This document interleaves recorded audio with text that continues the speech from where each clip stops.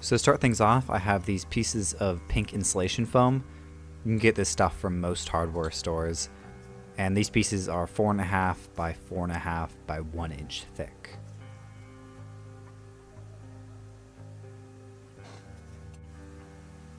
And I'm going to start off by taking a wire brush and roughing up the sides so that the glue will stick better when I glue them together.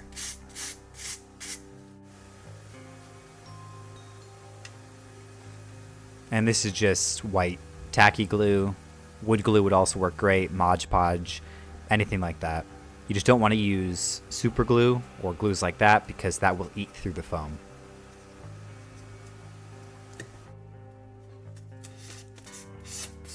Once it's dry, I can start cutting it into the basic shape.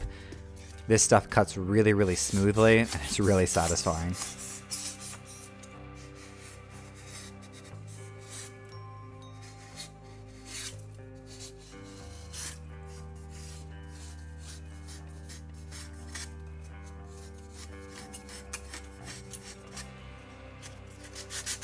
Then I go in with some sandpaper and smooth out all the cut marks.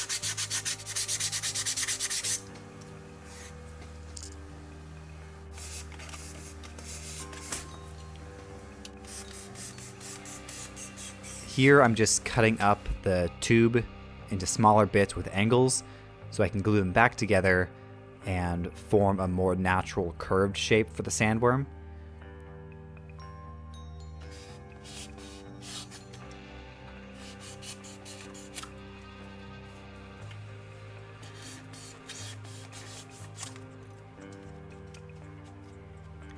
Using a file and some sandpaper, I cut sort of a neck into the sandworm just to give it some shape variation.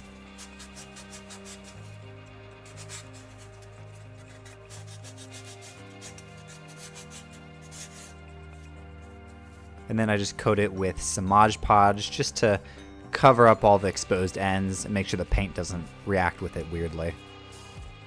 Here I'm cutting out the mouth hole with an X-Acto knife. And it's not very pretty right now, but I will clean it up with my sander in a minute.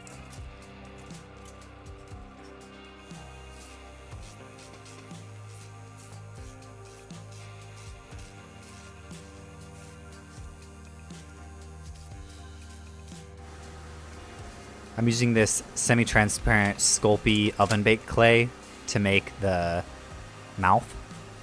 And so I cut these pieces, form it into kind of a teardrop shape, and then using my thumb and the palm of my hand, I'm going to press them into a flower petal kind of shape. And this will be the base for all of the mouth parts.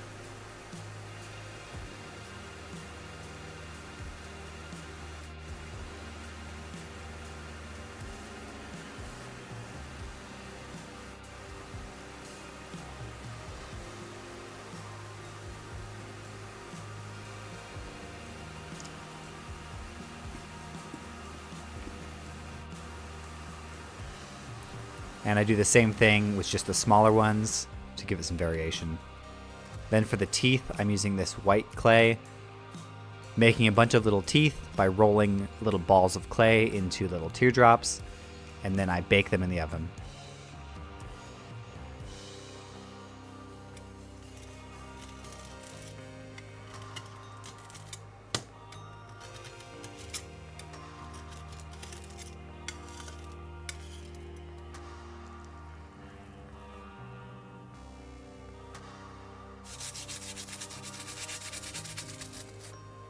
Then to make the gums, I take that same transparent clay I used before and cut it into a shape and stick it onto the gum line of the mouth bits.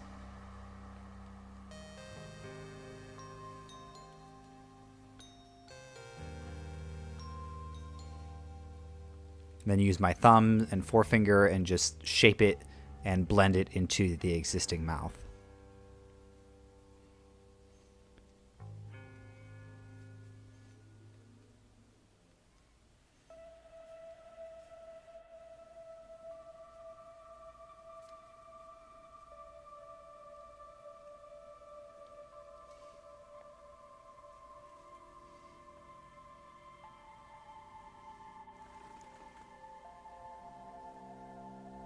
In the areas that I can't reach in, I use a tool and just form everything so it stays flush against the mouth. Now I add the teeth, and I have a whole bunch there you can see. The one in the left container are a little bigger ones, and the one on the right are slightly smaller ones. And I just pick the ones that look good and push them into the wet clay before it's been baked. The nice thing about this oven baked clay is that you can bake it multiple times once it's already been baked, and it's usually okay. I wouldn't bake it a whole bunch of times, but you can do it in layers like this, where you bake certain parts and then stick them together with unbaked clay.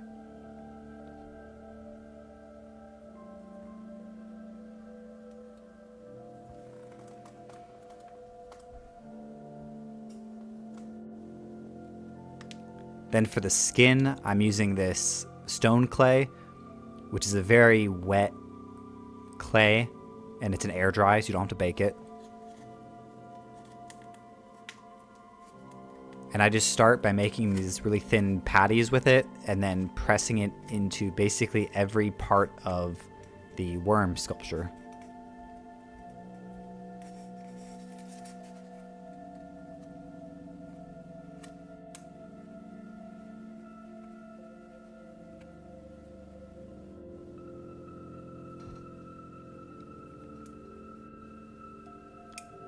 I'm adding some more of those pre-baked teeth into the mouth hole.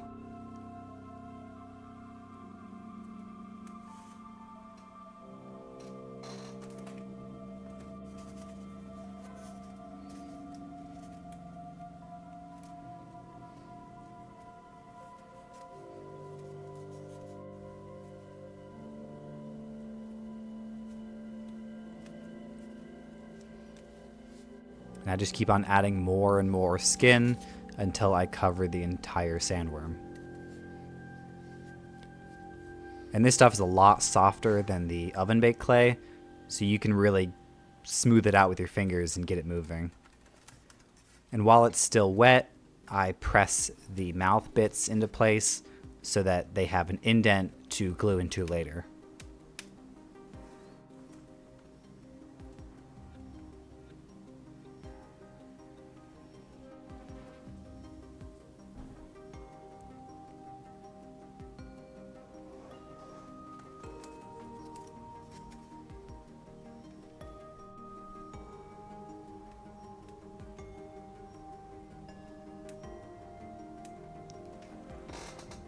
I then add a bit more of that stone clay around the edges to give it kind of a gum line and blend in the mouthpieces to the rest of the skin.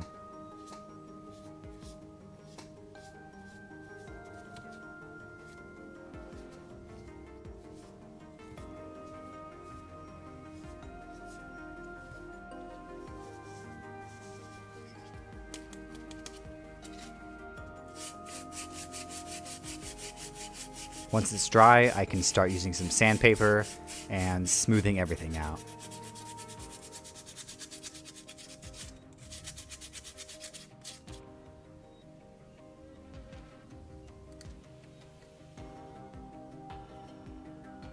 And this time I go in, same sort of thing as before, making that gum line, but this time it's much more pronounced and I don't smooth it out as much.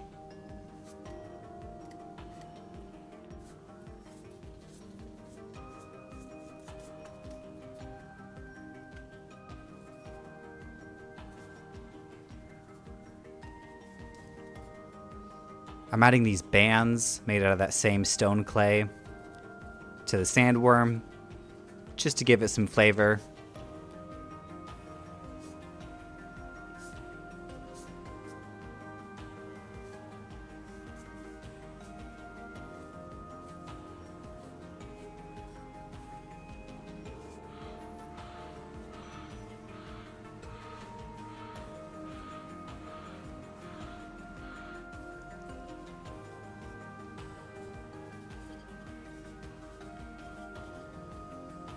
And after a bit of sanding and a bit of texture with a wire brush, you can see this really nice skin-like texture, which I really like. I pull out the teeth for now, because I'm going to be painting inside and they'll just get in the way. I'll add those back in later on.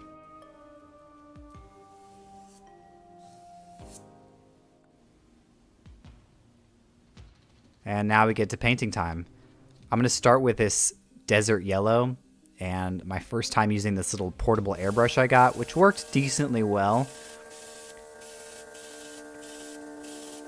And this is on top of a white primer as well, just so everything sticks better.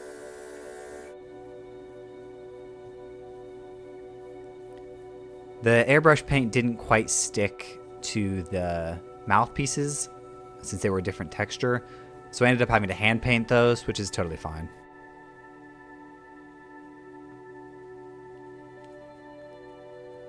Then I just take a sponge and some mouth red color and paint the inside of the mouth and gums.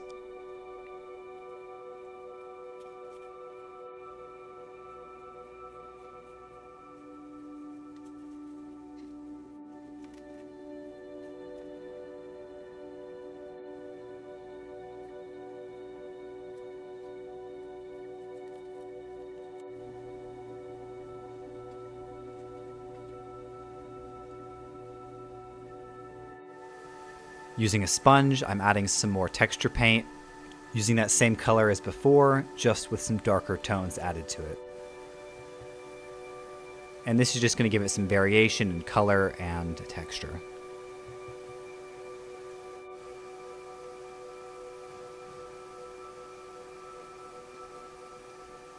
It's also going to blend that red from the gums into the skin on the outside.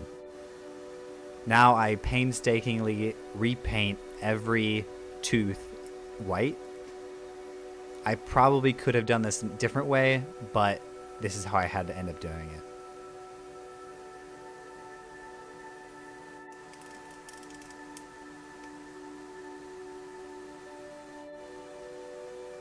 Now I re-add the teeth that I took out before.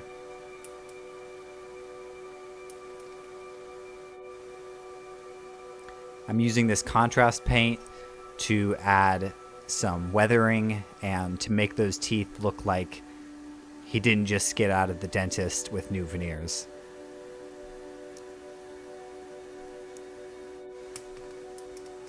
Much better.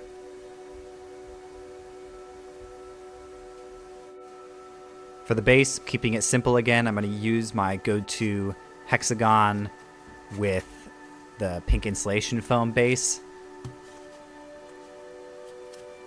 And I draw out where the worm's going to be so I know where to cut out, because I want it to look like it's coming out of the sand, not just sitting on top of it.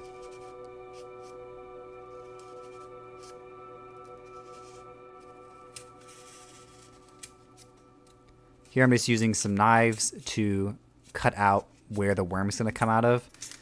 And I just sort of just hack away at it until I get to the shape that I want.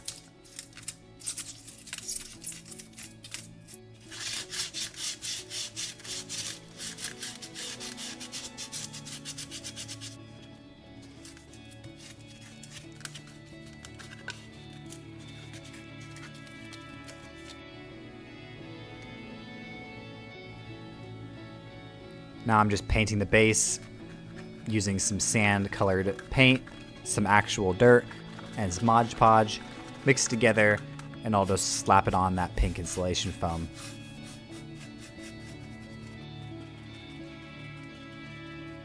Acrylics like this have no issue painting on that pink insulation foam, but you just have to be careful using things like spray paints because those will eat at it. What you saw there was just some alcohol inks that I was using to stain the wood, just to make it a little more presentable. I put in some small metal rods to add some structure and stability to the base of the worm. Then I glue it on in, and it's done. Pretty easy setup, really.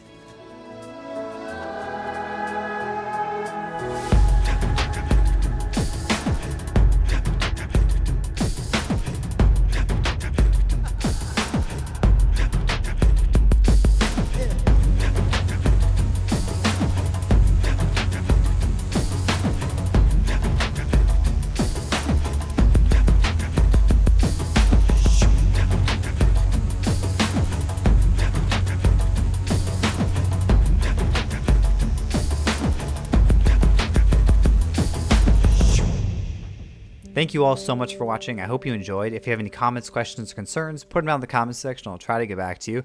If you like this video, consider dropping a like, consider subscribing for more videos like this.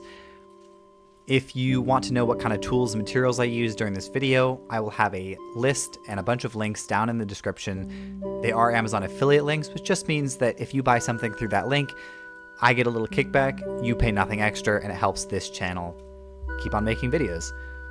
Thank you again so much for watching, and as always, I will see you in the next video.